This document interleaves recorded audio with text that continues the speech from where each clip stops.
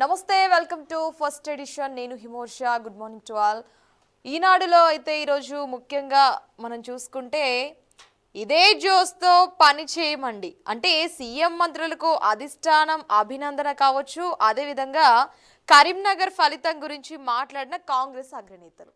అంటే కరీంనగర్ ఫలితం గురించి కాంగ్రెస్ నేతలు మాట్లాడడానికి గల కారణాలు ఏమిటి? మరి అదే విధంగా మనం చూసుకుంటే గత అసెంబ్లీ ఎన్నికల్లో 10,000 కంటే ఎక్కువ ఓట్ల తేడాతో ఓడిపోయిన చోట ఇన్ఛార్జ్లను కూడా మార్చాలని సూచనలు కూడా జారీ చేశారంట. అంటే ఈ ఓడిపోయిన చోటని ఇన్ఛార్జ్లను మార్చే అవకాశాలు ఎందుకు వచ్చాయి? సింగరేణి టెండర్ల వ్యవహారంపై కూడా ఆరా తీసే ప్రయత్నాలు కూడా చేస్తున్నారంట. అంటే ఇది మొత్తం మీదట మనం చూసుకుంటే సీఎం మంత్రులకు అధిష్టానం అయితే అభినందనలు కూడా తెలియజేసిందని చెప్పవచ్చు.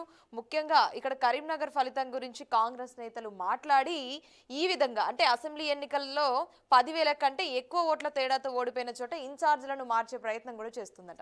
అదే ముఖ్యంగా ఈనాడులో కనుక చూసుకుంటే ఇటు కృత్రిమ మేధకు మానశక్తి అంట. అంటే ఇక్కడ నరేంద్ర మోడీ గారు ఏం చెప్తున్నారంటే విలువల వన్నెలద్దులం డేటా సార్వభౌమత్వాన్ని కాపాడదాం. అంటే టెక్నాలజీపై మానవ నియంత్రణ కూడా అంటే టెక్నాలజీపై మానవ నియంత్రణ అవసరం అని చెప్తున్నారు నరేంద్ర మోదీ. అదేవిధంగా కృత్రిమ మేధకు ప్రజలు ముడిసరుకు కాకూడదు. ఏఐ సమిట్ దేశాధినేతల ప్లీనరీలో ప్రధాని మోదీ పిలుపు. అంటే దీన్ని ఏ విధంగా తీసుకోవచ్చు అంటే కృత్రిమ మేధకు మానవ శక్తి, విలువలు వన్నెలద్దుదాం, డేటా సార్వభౌమత్వాన్ని కాపాడదాం. అంటే ఏం డెవలప్ చేస్తున్నారంటే టెక్నాలజీపై మానవ నియంత్రణ కూడా చాలా ముఖ్యం అని చెప్తున్నారు ప్రధానమంత్రి నరేంద్ర మోదీ. రైట్. ఇక తాను ప్రతిపాదించిన మానవకు ఎంఏఎన్ఏవి ప్రధాని మోదీ ఇలా అర్థం చెప్పాడంట. ఏమని? నైతిక విలువల వ్యవస్థ, మోరల్ అండ్ ఎథికల్ సిస్టమ్స్, జవాబుదారీ పాలన, అదేవిధంగా జాతీయ సార్వభౌమత్వాన్ని, అందుబాటు సమ్మితలం, చెల్లుబాటు చట్టబద్ధత. అంటే దీని గురించి ఏ విధంగా చెప్తున్నారు? కృత్రిమ మేధలో అనైతిక వ్యవహార శైలికి అంతం లేదని, డేటా సార్వభౌమత్వాన్ని కాపాడటానికి రక్షణ కల్పించాలని కూడా తెలియజేస్తున్నారట. అంటే ఇంకా టెక్నాలజీ అవసరం ఉందని చెప్పేసి ప్రధానమంత్రి అయినటువంటి నరేంద్ర మోదీ అయితే చెప్పడం జరుగుతుంది. రైట్. ఇక అదే ఈనాడులో మనం చూసుకుంటే 60,000 కోట్ల అమ్మకాలకు ముసుగు. అంటే 60,000 కోట్ల అమ్మకాలకు ముసుగు ఎందుకు వచ్చింది?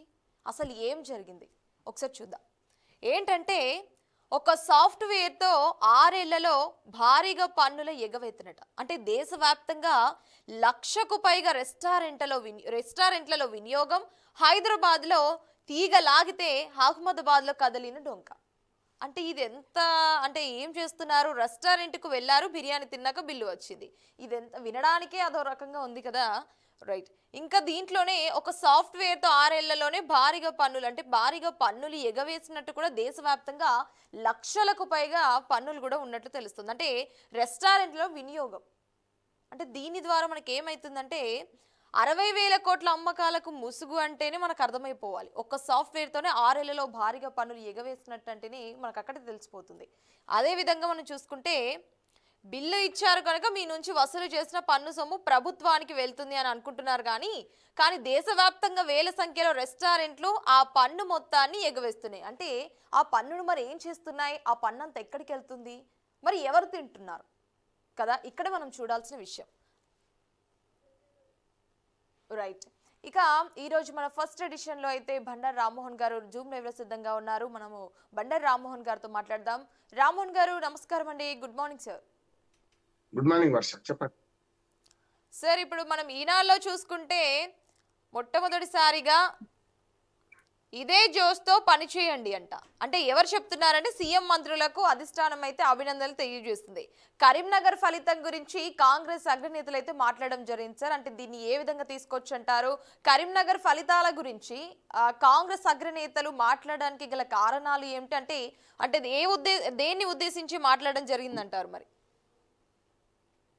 వర్ష, మీకు అట్లాగే బీఆర్కే న్యూస్ ప్రేక్షకులు నమస్కారం. ఢిల్లీకి పిలిపించింది ఎందుకో వాళ్ళే చెప్పాలి కనుక ఇప్పుడు రాహుల్ గాంధీ, మల్లికార్జున ఖర్గేనో, వేణుగోపాలో ప్రెస్ మీట్ పెట్టి మాట్లాడలే కదా. మేలేసినా లేకుంటే ఇంకే మాట మాట్లాడినా అది బయటకు రాదు, వస్తుందా? అంతఃపురం లోపల ఏం జరిగింది రామ్మోహన్ గారు.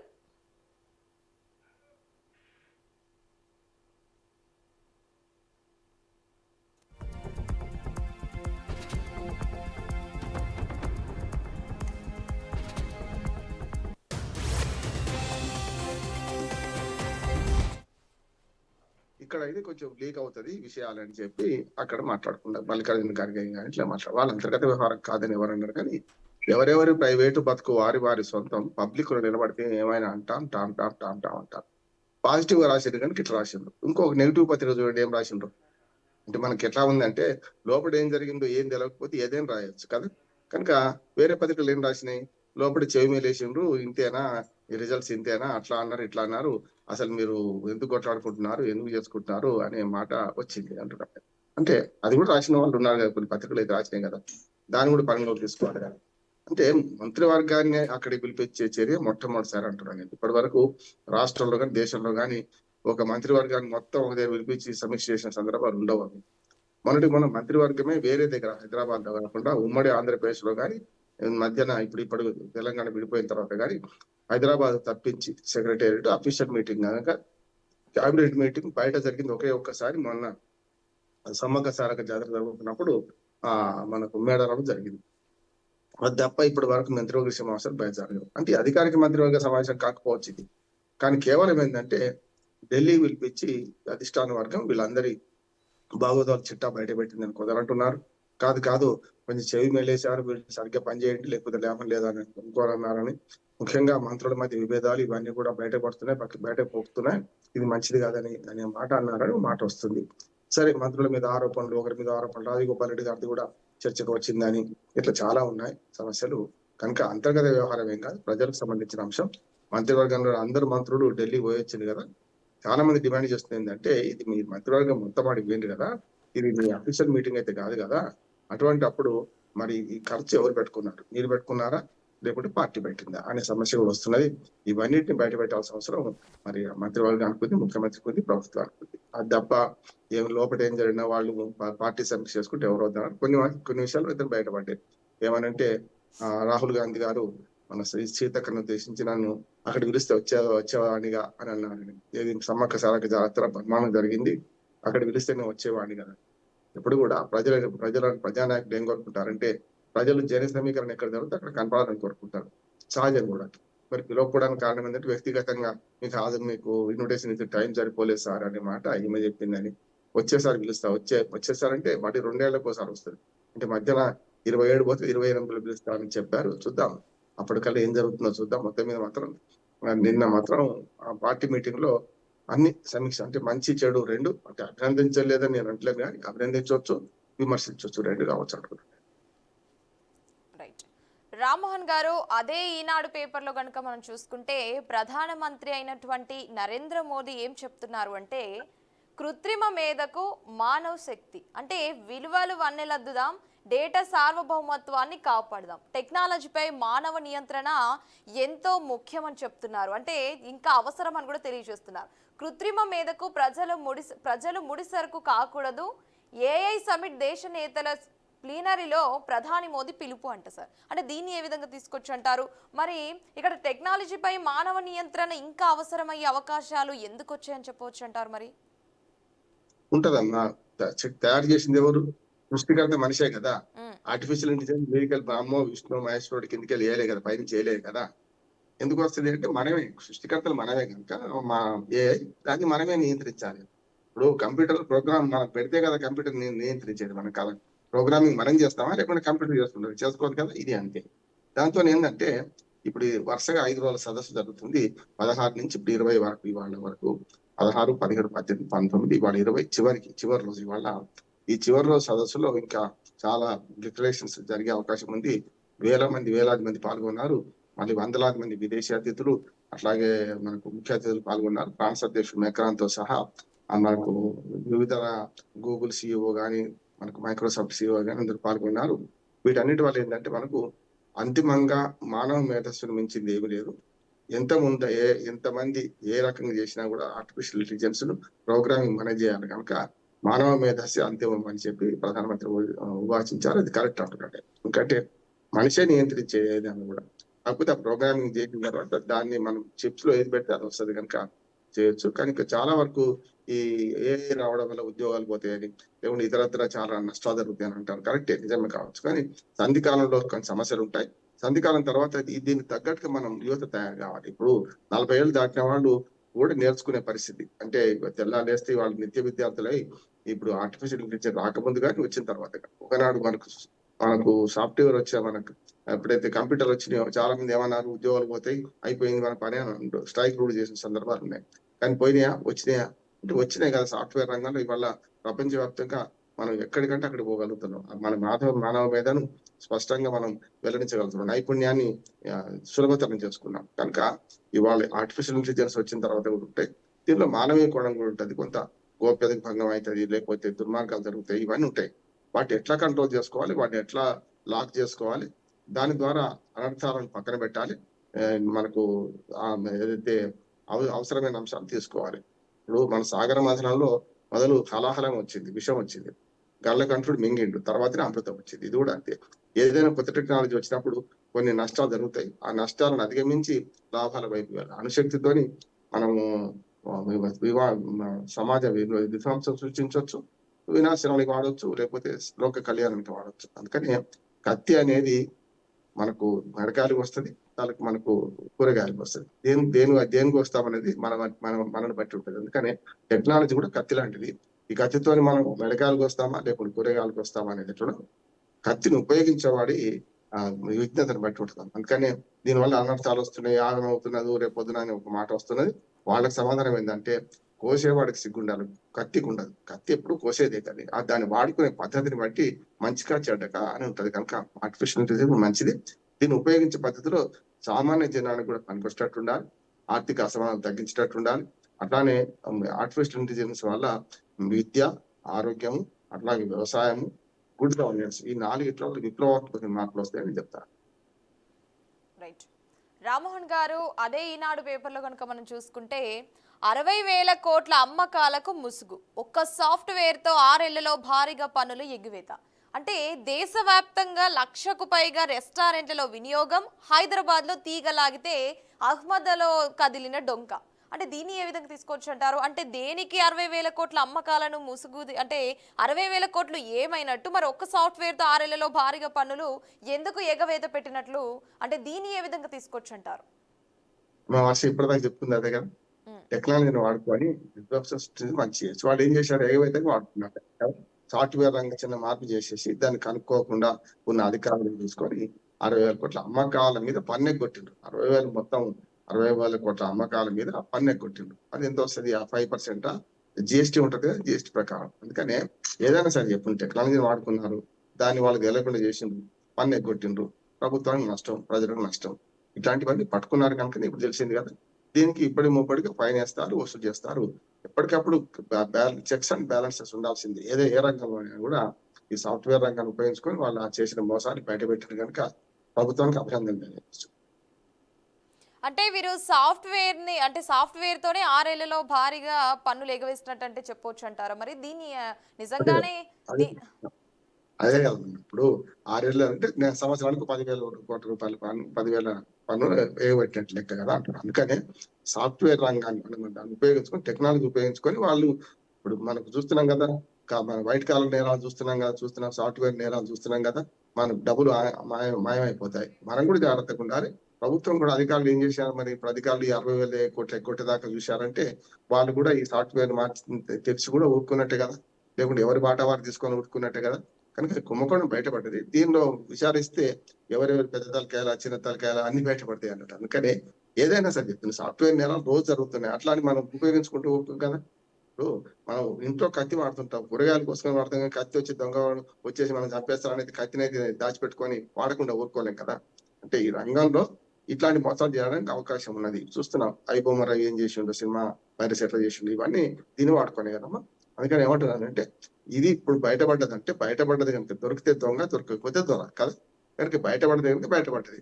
అంతకుముందు ఇందులో ఎంతమంది ఉన్నారు? అందుకని మానవ ప్రమేయం లేకుండా ఇవన్నీ జరగవు. సాఫ్ట్వేర్ రంగంలో దానంతరం అదే సరిదిద్దుకోనో లేకుంటే దానంతరం అదే మోసం చేయదు కదా. ఆ ప్రోగ్రామింగ్ బిల్డ్ చేసిండ్రు, దానివల్ల 60,000 కోట్ల రూపాయలు ఎగ్గొట్టిండ్రు. దాన్ని మనకి బయట పెట్టే క్రమం జరుగుతుంది. ఎంక్వైరీ జరుగుతుంది. ఎంక్వైరీకి తేలిపోతుంటారండి. రామ్మోహన్ గారు చెప్పండి, ఇప్పుడు ఎన్నాళ్ళి ఉచిత పంపకాలు అన్ని ఫ్రీగా ఇస్తుంటే ప్రజలు ఎందుకు పనిచేయాలి అంట? అంటే ఇక్కడ రాష్ట్రాలు రెవెన్యూలో అంటే లోటులో కూడా ఉంటూ ఎలా అమలు చేస్తున్నాయి? డబ్బు ఎక్కడి నుంచి వస్తుంది? రోడ్లు, ఆసుపత్రులు లాంటి సౌకర్యాలు కల్పించాల్సిన బాధ్యత లేదా అంట? అంటే నిజంగా ఇప్పుడు రాష్ట్రాలు రెవెన్యూలో కూడా ఉంటూ ఎలా అమలు చేస్తున్నాయి అంటే డబ్బులు ఎక్కడి నుంచి వస్తున్నాయి, మరి అన్ని ఫ్రీగా వస్తుంటే ప్రజలు ఎందుకు పని చేయాలి అంటే? ప్రజలు పని చేయండి మరి వ్యవస్థ ఎలా నడుస్తుందని చెప్పవచ్చు అంటారు? అసలు దీన్ని ఏ విధంగా తీసుకొచ్చుంటారు మరి? అమ్మా, ఇది అన్నది ఎవరు? రా దేశ అత్యున్నత న్యాయస్థానం సుప్రీంకోర్టు అన్నది. అది మొదలు అన్నమాట. సుప్రీంకోర్టు దగ్గరికి నిన్న ఒక కేసు వచ్చింది. ఏం కేసు వచ్చిందంటే, తమిళనాడులో అందరికీ ఉచిత విద్యుత్ ఇస్తా అని వాళ్ళు హామీ ఇస్తున్న ప్రయత్నం చేస్తున్నారు. దాని మీద ఒక కేసు వేసి, అయ్యా అన్ని ఉచితంగా ఇస్తే మరి మా సంగతి ఏంది, రోడ్లు ఎట్లా కావాలి, మిగతా మౌలిక వసతులు ఎట్లా ఏర్పాటు చేస్తారు, మరి ఉచితంగా అందరికి ఆర్థిక స్తోమతతో సంబంధం లేకుండా, అంటే కేవలం జనాలు కొన్ని పథకాలు ఎట్లుంటాయంటే ఆర్థికంగా తక్కువ వాళ్ళకి ఇస్తారు కదా, అటువంటిది కాకుండా మొత్తం అందరికీ, అంటే ఉచిత విద్యుత్ మొత్తం అందరికి ఇస్తామని అంటే దాని మీద చురకలను తీసుకుంటే ఇవాళ నిన్న మన చీఫ్ జస్టిస్ గారు అన్నారు. అంతకు ముందు కూడా గవాయ్ గారు అదే చీఫ్ జస్టిస్ అన్నారు. అంతకు ముందు మనకు ఎన్వి రమణ గారు కూడా అన్నారు. వచ్చిన ప్రతి వాళ్ళు కూడా దీన్ని వ్యతిరేకిస్తున్నారు.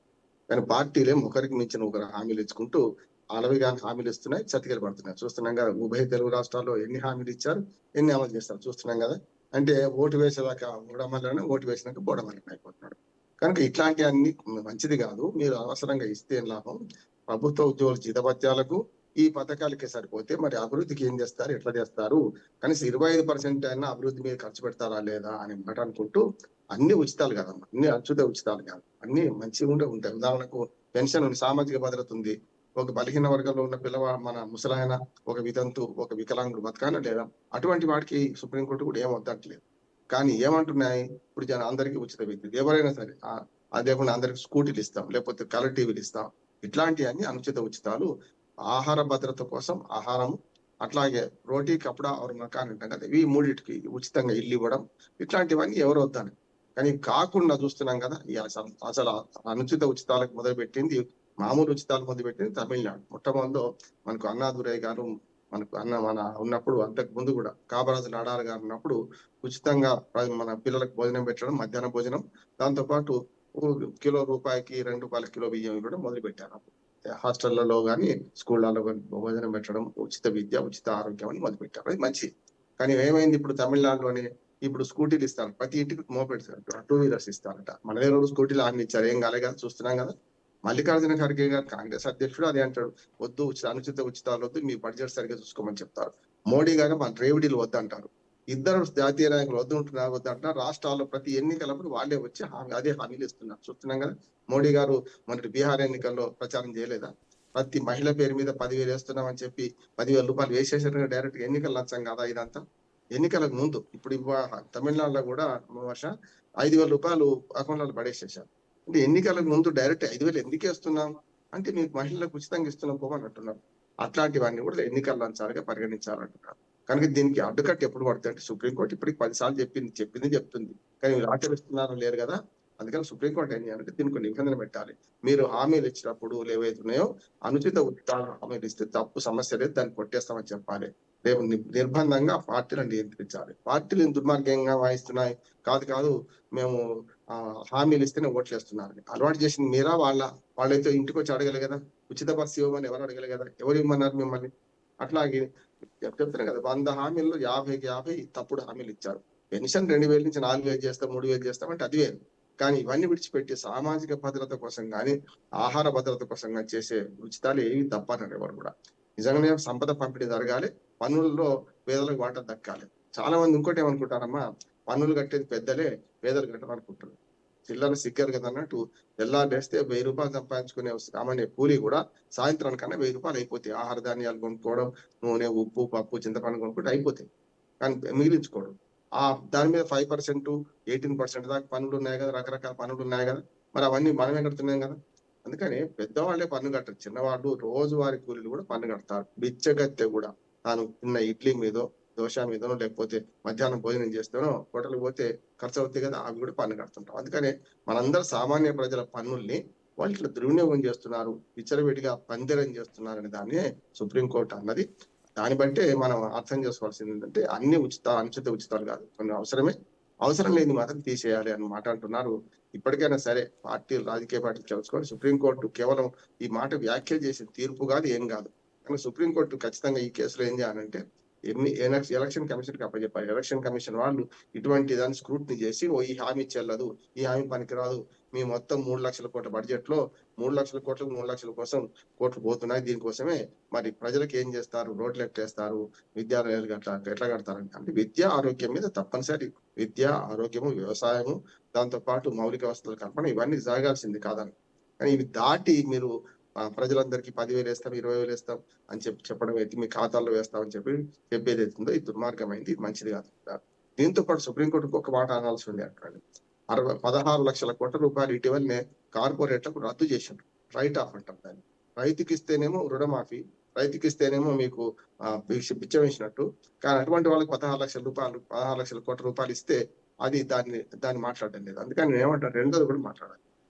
బడా పారిశ్రామికవేత్తలకు, పన్ను ఎగవేతదారులకు, నిజంగా బ్యాంకుల లోన్లు ఎగవేతదారులకేమో రైట్ ఆఫ్ అంటున్నారు. అంటే భాష మారింది. ఇక్కడికి వచ్చేటప్పుడు మాఫీ అంటున్నారు, బిచ్చం వేసినట్టు. కనుక ఈ రెండు తప్పు. దాని మీద కూడా సుప్రీంకోర్టు మాట్లాడాల్సి ఉండే. ఇవాళ ఇంకొక మాట కూడా అమ్మా, మనకు సామాజిక న్యాయ దినోత్సవం ఇవాళ, వాళ్ళు ప్రపంచ సామాజిక న్యాయ దినోత్సవం. ఈ సందర్భంగా ప్రపంచంలో అందరికీ రాజకీయ, ఆర్థిక, మన సామాజిక న్యాయం అందాలని మనం కోరుకుందాం.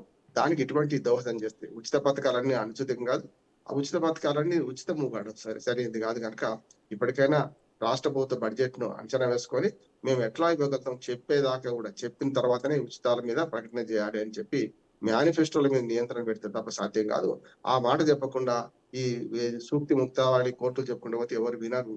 వాళ్ళ పని వాళ్ళదే, వీళ్ళ పని వీళ్ళదే. కనుక రాజకీయ పార్టీలేమో పతనం చేస్తున్నాయి. అంటే నిజంగా చెప్పాలంటే వాళ్ళు ఎన్నికలు వచ్చినప్పుడల్లా పార్టీలు లేకుంటే అభ్యర్థులు పంచేవాళ్ళు గతంలో, ఏది డబ్బులు ఇప్పుడు కూడా పంచుతున్నారు. దానికి అదే 5,000, 10,000 ఓటుకు. అవి కాకుండా ప్రభుత్వం ప్రజాధనాన్ని, మన పన్నుల డబ్బులను వాళ్ళు పందేరం చేస్తున్నారు, అంటే విచ్చలవిడి ఖర్చు పెడుతున్నారు. కనుక అది తప్పన్నది కోర్టు. ఆ కోర్టు మందలించింది మాత్రమే కాదు, దానికి అనుగుణంగా రాజకీయ పార్టీలు చర్య తీసుకునేలాగా చట్టం చేయాల్సిన అవసరం ఉంది. దాని పార్లమెంట్ లో చట్టం చేసి అనుచిత ఉచితాల మీద మేనిఫెస్టోలో ఎవరు పెట్టినా వాళ్ళ పార్టీ గుర్తింపు రద్దు చేస్తామని ఎలక్షన్ కమిషన్ తీవ్రంగా హెచ్చరిస్తే తప్ప సాధ్యం కాదు. అంటే నయమున పాలుందావరు, భయమున విషంబున ఆయన భక్షింతురుగా అన్నట్టు, నయంలో ఎవరు మారినట్టు ఎవరు మారడం అంటున్నారు. కానీ సూక్తి ముక్త వాళ్ళు పనికిరాదు, కఠినమైన చట్టం ఉండాలి దీని మీద. అప్పుడు మాత్రమే పార్టీలు మనం చెప్పినట్టు పార్టీలు వింటాయి. రామ్మోహన్ గారు, అదే ఈనాడులో కనుక మనం చూసుకుంటే ఇక్కడ 8 మంది విద్యుత్ ఉద్యోగుల సస్పెన్షన్, అవినీతి ఆరోపణలు రుజువు కావటంతో టీజీఎస్పీ డీసీఎల్ చర్యలు, మరో 28 మంది పైన వేటుకు రంగం సిద్ధం. అంటే 8 మంది విద్యుత్ ఉద్యోగుల సస్పెన్షన్ పై వేటు ఎందుకు పడిందంటారు? మరి అవినీతి ఆరోపణలు రుజువు కావడంతో టీజీఎస్పీ డీసీఎల్ చర్యలు ఎందుకు తీసుకుంది? మరి మరో 28 మంది పైన వేటుకు రంగం ఎందుకు సిద్ధం చేస్తుందంటారు? మరి ఫస్ట్ అనేది విద్యుత్ రంగ అధికారిని కాదు, వాళ్ళు సస్పెండ్ చేసేటప్పుడే వాళ్ళ కారణాలు రాస్తారు కదా, అందులో రాస్తారు కదా, అవన్నీ వార్తలు లోపల ఉన్నాయి. ఆ వార్తలను బట్టి ఏంటంటే వాళ్ళు ఏం అక్రమం చేసిండ్రు, ఎట్లా చేసిండ్రు అనే దాని మీద వాళ్ళ సస్పెన్షన్ ఉన్నది. వాళ్ళు రేపు కోర్టుకు పోతారు, లేకపోతే డిపార్ట్మెంట్ ఎంక్వైరీ జరుగుతుంది, దానిలో తెలుస్తుంది. అవినీతి ఆరోపణలతోనే చేసినట్టున్నారు నాకు తెలిసి. అయితే అవినీతి ఆరోపణలు ఉంటే దానికి తగిన ఆధారాలు సస్పెండ్ చేసిన వాళ్ళు చూపెడతారు కదా. అందుకని విద్యుత్ శాఖ అధికారులు చూసుకుంటారు. అవినీతి అంతటా ఉన్నది, విద్యుత్ లో కూడా విద్యుత్ శాఖలో ఉంది. అంటే రోజు ప్రజలకు సంబంధించిన చాలా అంశాలలో అవినీతి లేకుండా తెలియదు కదా. కనుక ఈ అవినీతి అధికారులు పట్టుబడ్డప్పుడే దొరికితే దొంగలు, దొరకకపోతే దొరలు. కనుక వాళ్ళు సస్పెండ్ చేశారు. ఆ సస్పెన్షన్ కారణాలు అవన్నీ కూడా వాళ్ళకు పంపిన దాంట్లో ఉండేది. ప్రజా సమస్య ఏం కాదంటున్నాను నేను. ప్రజలందరికీ సంబంధించిందా అంటే ఒక డిపార్ట్మెంట్ లో అవినీతి అధికారుల మీద చర్య తీసుకున్నారు, వాళ్ళు చూసుకుంటారు. వాళ్ళు అంటున్న ఉద్దేశం ఏంటంటే దానిలో వాళ్ళు కరెక్ట్ అయితే అవినీతి పనులు కాదనుకుంటే మేము తప్పు చేయలేదు నిరూపించుకుంటారు, మళ్ళీ సర్వీసులోకి వస్తారు. లేదని సస్పెన్షనే కదా, డిస్మిస్ కాదు కదా ఇది. కనుక ఆ ఉద్యోగుల సమస్య ఉద్యోగులు డిపార్ట్మెంట్ చూసుకుంటది. కానీ మనకు సంబంధించిన సమస్య ఏంటంటే అవినీతి ఎక్కడున్నా మంచిది కాదు కదా. కనుక విద్యుత్ శాఖలో చాలా సంస్కరణ రావాల్సిన అవసరం ఉంది. విద్యుత్ శాఖలో విద్యుత్ కొనుగోలు నుంచి మొదలుపెట్టి కింది నుంచి పై దాకా అవినీతి ఉన్నది, కింది నుంచి పై దాకా అంటే మంత్రుల దాకా ఉన్నది. కానీ విద్యుత్ కొనుగోలు ఒప్పందాల్లో కూడా 1,000 కోట్ల రూపాయలు చేతులు మారుతుంటాయి. అందులో మేము 13 రూపాయల కరెంటు కొంటున్నారు, మనకి ఇచ్చేదంతా ఫ్రీ కరెంట్ 200 యూనిట్లు ఫ్రీ ఇస్తున్నారు. మనం ఆ లాసులని, ఆ నష్టాలని మన ఎత్తి మీద వేస్తుంటాం. కనుక మొత్తం ఈ విద్యుత్ కుంభకోణంలో సంస్కరణలు చాలా రావాల్సి ఉన్నది. అప్పుడు మాత్రమే పారదర్శకత, జవాబుదారీతనం ఉన్నప్పుడు మాత్రమే ఇట్లాంటి ఉద్యోగులు ఆ తప్పులు చేయకుండా ఉంటారు. అది మనం అర్థం చేసుకోవాల్సిన సరిపోతుంది. రైట్. మరి అంటే ముఖ్యంగా మనం చూసుకుంటే రామ్మోహన్ గారు విద్యుత్ సంస్థల్లో కూడా అవినీతి కేసులో ఏసీబీకి పట్టుబడితే తప్ప ఇప్పటి వరకు పెద్దగా చర్యలు ఉండేవి కాదు. కానీ దక్షిణ తెలంగాణ విద్యుత్ పంపిణీ సంస్థ చరిత్రలోనే తొలిసారిగా ఒకే రోజు 8 మంది ఉద్యోగులపై వేటు వేయడానికి గల కారణాలు ఏమై ఉండవచ్చు అంటారు మరి? డిపార్ట్మెంట్ పరంగా ఎట్లా ఉంటుందమ్మా, సెల్ఫ్ విజిలెన్స్ ఉంటది. ప్రతి దానిలో విజిలెన్స్ శాఖ ఒకటి ఉంటది. అంటే ప్రతి డిపార్ట్మెంట్ లో అవి సరిగ్గా పనిచేస్తే ఇట్లాంటివి మంచిది వాళ్ళు అభినందిస్తున్నారు. ఎందుకంటే ఏసీబీ పట్టుకుంటే తప్ప, అంటే అవినీతి పరుడని రెడ్ హ్యాండెడ్ గా డబ్బులు పట్టుకుంటే తప్ప సస్పెండ్ చేయకపోయేవాడు గతంలో.